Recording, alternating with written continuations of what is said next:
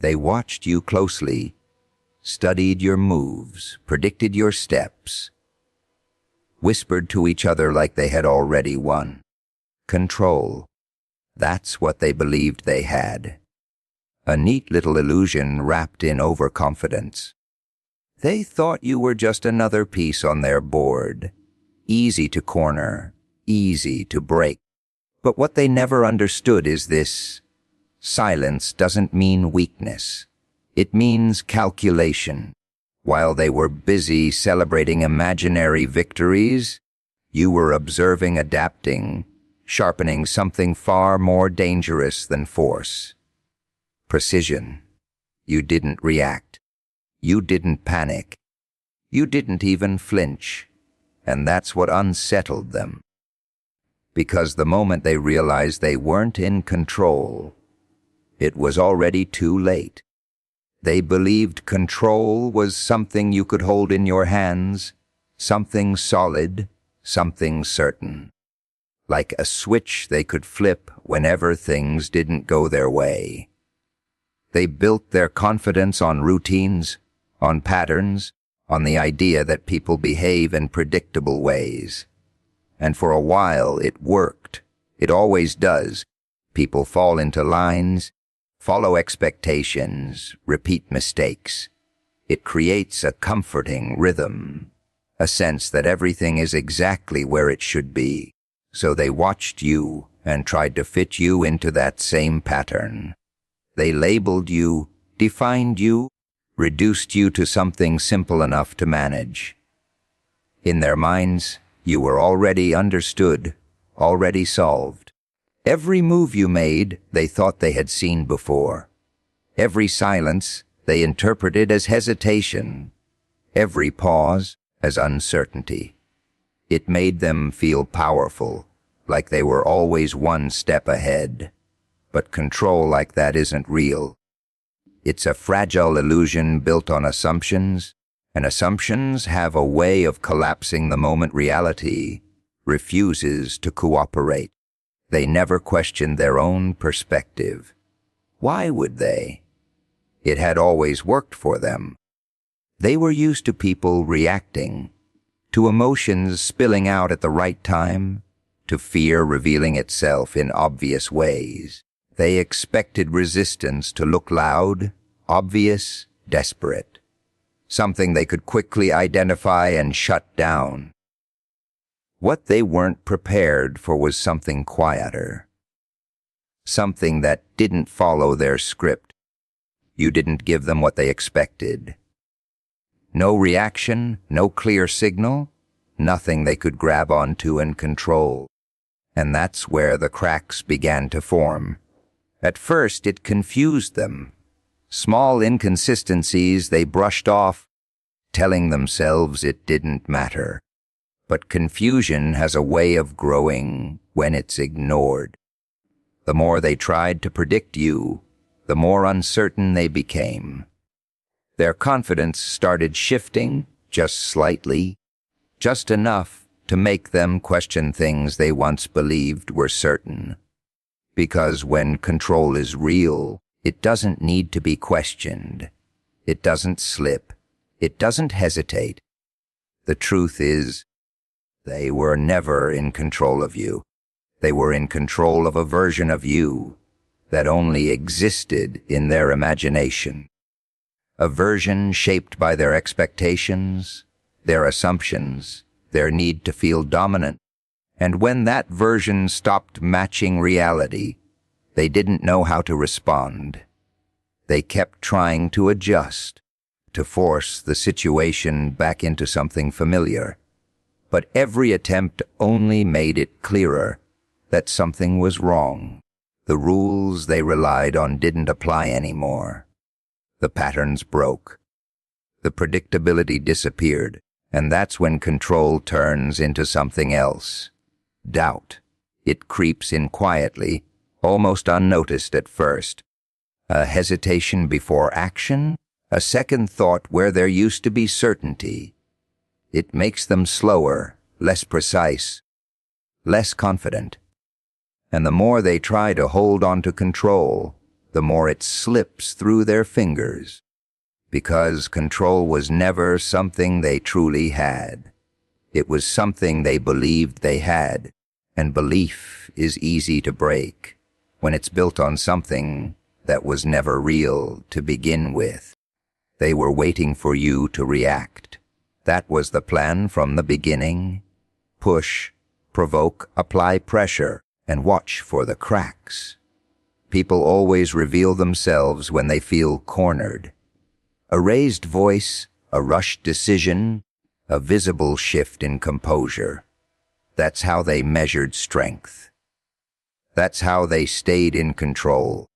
So they created noise around you. Subtle at first, then louder, more deliberate.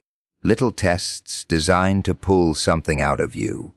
A mistake, a reaction, anything they could read, analyze, and use. They leaned in, watching closely, convinced that sooner or later you would follow the same predictable script as everyone else. But you didn't. You stayed quiet. Not the kind of silence that comes from fear or confusion. Not the kind that hesitates or hides. This was different. Intentional. Controlled. The kind of silence that listens more than it speaks. That watches without being noticed.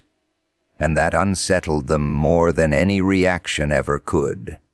Because when someone reacts, they give something away. Emotion becomes information.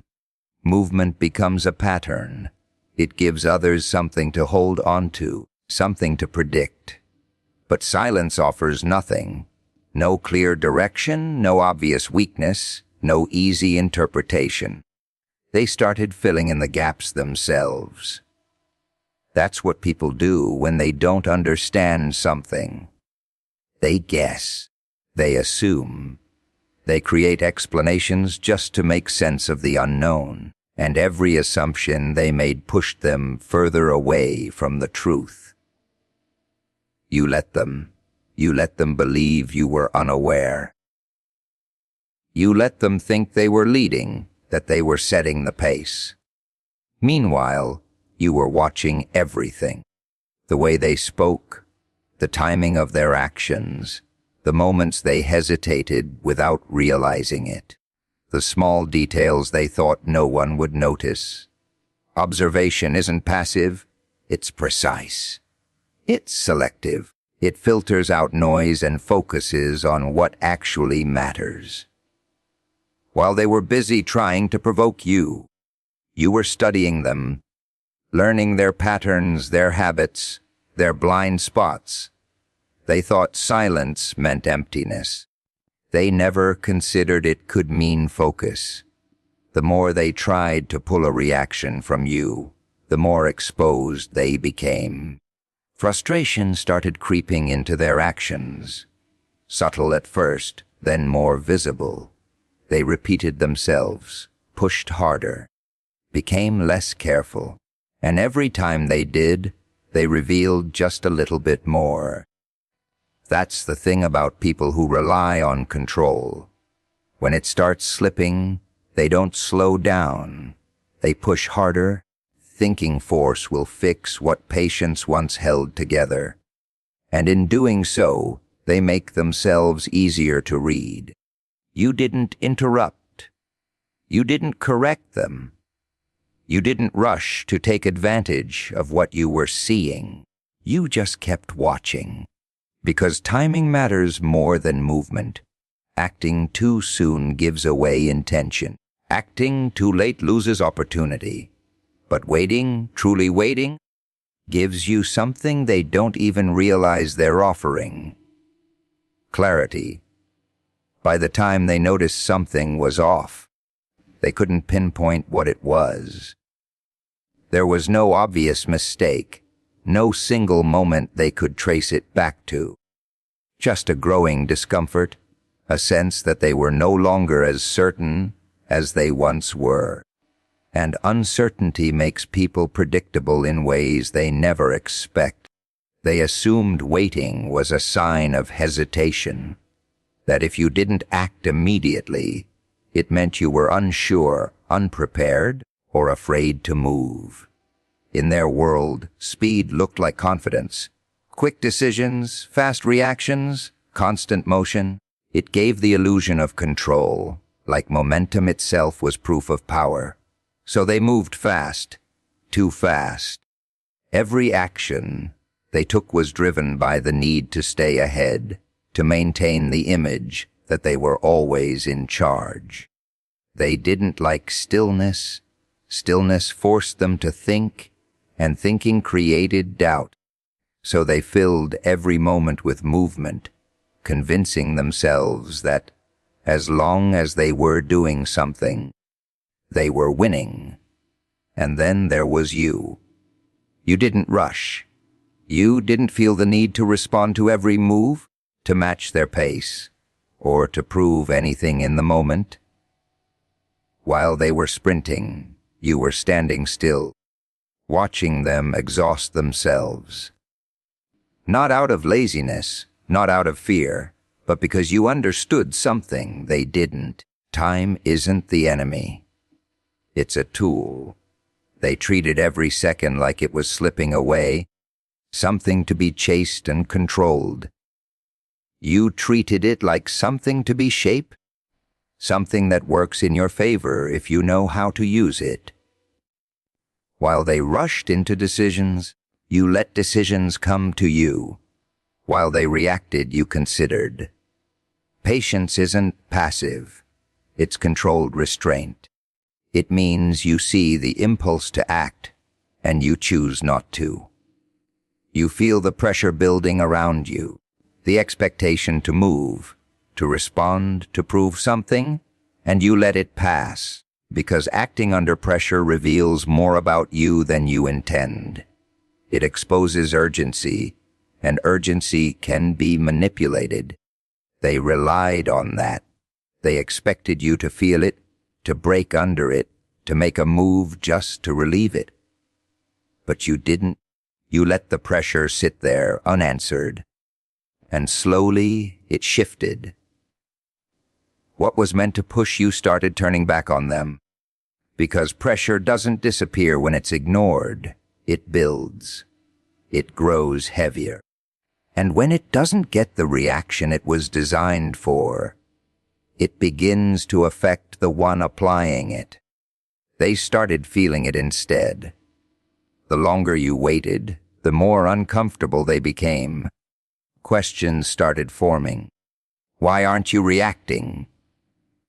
What are you thinking? What are you planning? The silence stretched longer than they expected, and with every passing moment, their certainty weakened. Patience gave you something they didn't have anymore: control over timing. You weren't bound by their pace, their expectations, or their attempts to rush the outcome. You were operating on your own terms, in your own time. And that made everything you did harder to predict, harder to counter, harder to stop. Because when someone is patient, truly patient, they don't just wait, they choose the moment. And that moment is never random. It comes when the other side is tired, when their focus slips, when their confidence isn't as sharp as it used to be. It comes when they've shown enough of themselves without realizing it, when their patterns are clear, when their mistakes have already been made. They thought you were falling behind. They never realized you were letting them move ahead, just far enough to lose balance. They believed dominance was loud. That power had to be seen, heard, asserted in obvious ways. Strong words, visible authority, constant reminders of who was in charge. That's how they measured it. That's how they maintained it. If people looked intimidated, if they reacted, if they followed without question, then everything was working exactly as intended. So they performed control like it was a spectacle. Every move calculated for visibility, every decision framed to reinforce their position. They needed others to see it, to acknowledge it, to respond to it. Because without that reaction, without that validation, their sense of dominance started to feel uncertain. And then they looked at you. No reaction, no visible resistance, no submission either, just composure, steady, quiet, unmoved. At first, they mistook it for compliance. It was easier that way. If you weren't challenging them openly, then you must have accepted their authority. That's how it usually works. People either resist or they fold. Those are the two options they understood. But you weren't doing either. You weren't playing the role they expected, because dominance isn't always about controlling others. Sometimes it's about controlling yourself so completely that nothing external can shift you. No pressure, no intimidation, no attempt to provoke a reaction.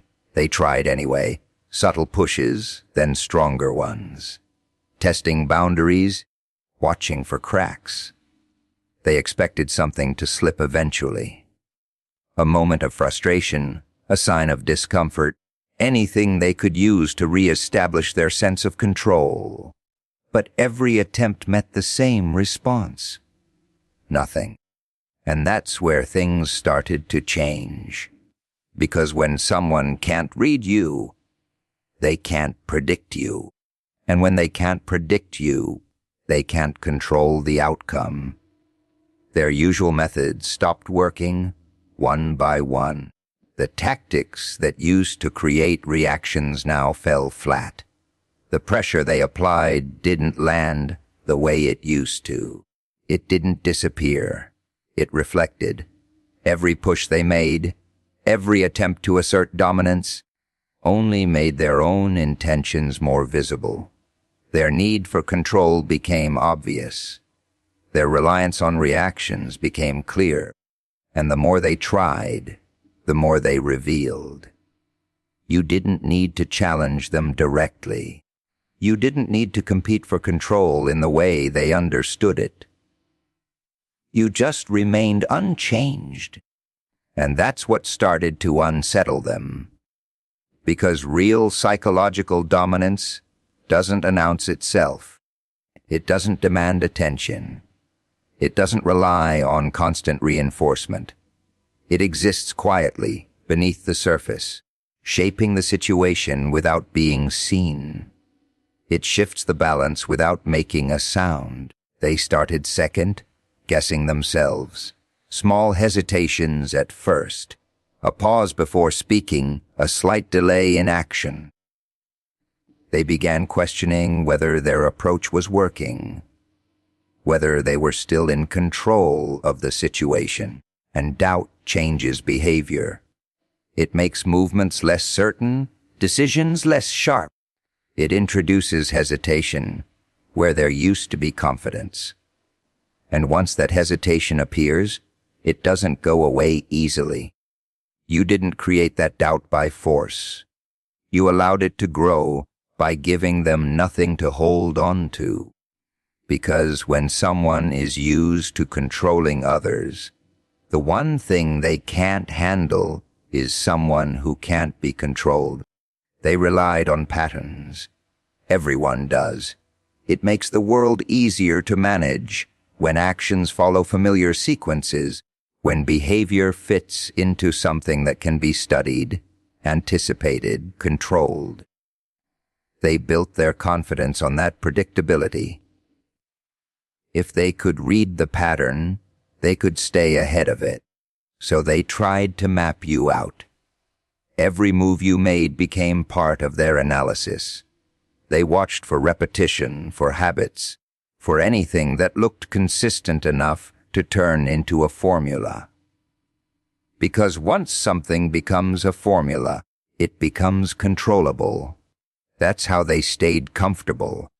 That's how they stayed confident. At first, they thought they saw it. A rhythm in your actions, a logic they believed they understood. It gave them a false sense of clarity. They started preparing responses before you even acted, convinced they already knew what was coming next. That confidence made them bold. It made them careless, because what they were seeing wasn't a pattern. It was a setup. You let them believe they understood you. You let them see just enough consistency to feel certain, just enough repetition to build expectations. And once those expectations were in place, once they started relying on them, you shifted. Not dramatically, not in a way that drew attention, just enough, a slight change in timing. A different choice where they expected a familiar one. A response that didn't match the situation the way it should have. Small deviations that broke their predictions without fully revealing your intent. And suddenly, their confidence had nothing to stand on. Because unpredictability isn't chaos. It's controlled variation. It's knowing exactly when to follow a pattern and exactly when to break it. Too much consistency makes you readable. Too much randomness makes you ineffective. But the balance between the two creates something far more difficult to deal with, something they couldn't track. They started second, guessing their own assumptions. The patterns they thought they had figured out no longer worked. Every time they tried to apply the same logic, it failed in a slightly different way, and failure, even in small amounts, starts to erode confidence. They adjusted, tried to rebuild their understanding, looked for new patterns, new signals, anything they could rely on again. But you didn't give them stability. Just when they thought they were close to figuring it out, you shifted again. Not randomly, not emotionally, but deliberately. Always just enough to keep them uncertain, just enough to keep them questioning. And uncertainty changes everything. It slows decision-making. It creates hesitation. It forces people to think longer than they should, to doubt choices they would normally make without question. And while they were busy trying to figure you out, they stopped focusing on their own actions. That's where the real advantage formed. Because while they were analyzing you, you already understood them. Their need for patterns, their reliance on predictability, their discomfort with uncertainty. You saw how they reacted when things didn't go as planned, how quickly confidence turned into frustration when control slipped away. Unpredictable precision isn't about being erratic. It's about being exact in ways they can't anticipate. Every move still had purpose. Every shift still had direction. But from their perspective, it looked inconsistent, impossible to pin down, impossible to prepare for. And when someone can't prepare, they start reacting. And reaction is exactly where they become vulnerable. They thought fear had to be forced. Raised voices, sharp threats, visible pressure. Something loud enough to shake confidence. Obvious enough to make someone step back. That's how they understood it. Fear, to them, was something you create through intensity. So they relied on it. They made their presence heavy, their words deliberate, their actions designed to remind others of consequences. It worked on people who reacted quickly, who showed discomfort, who revealed just enough emotion to confirm that the pressure was landing. But you didn't give them that.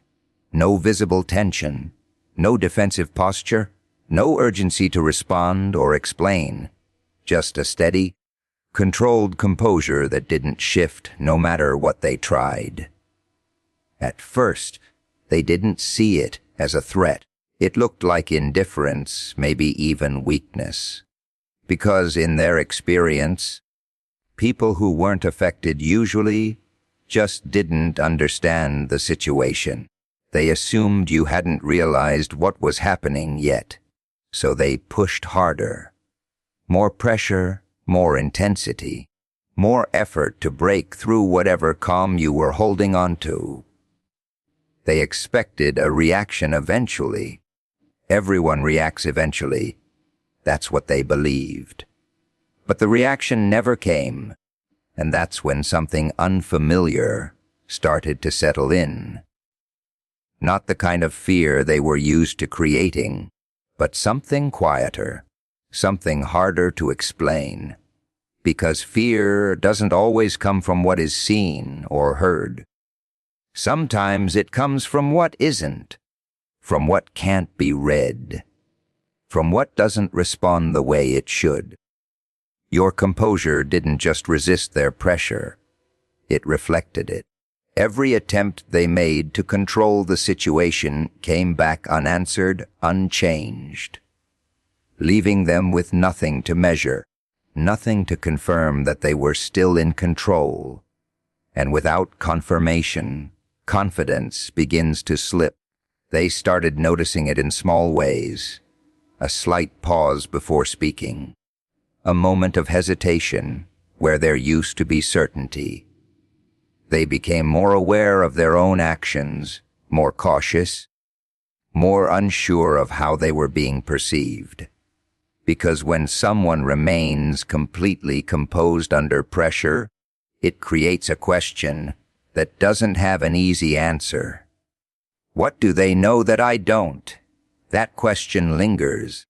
It repeats itself quietly in the background, influencing decisions, slowing reactions, introducing doubt into places where there used to be clarity.